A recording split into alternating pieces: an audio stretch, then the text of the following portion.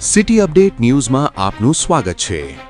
સુરત શહેરના Amroli police station વિસ્તારમાંથી ગુમ થયેલા 3 બાળકોને ગણતરીના કલાકોમાં જ અમરોલી પોલીસ દ્વારા શોધી કાઢવામાં આવ્યા છે।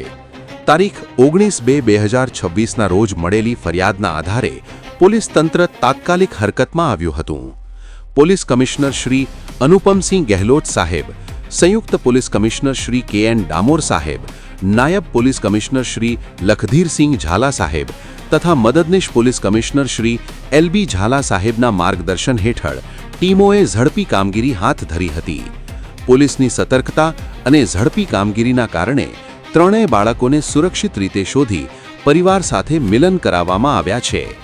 સુરત અમરોલી પોલીસની આ કામગીરીને લોકોએ વખાણી છે। City update news, Sufiyan Mulla. જોડાયેલા રહો, કારણ કે હવે શહેર નહીં સમગ્ર દેશ કહેશે, આ છે સિટી અપડેટ ન્યૂઝ।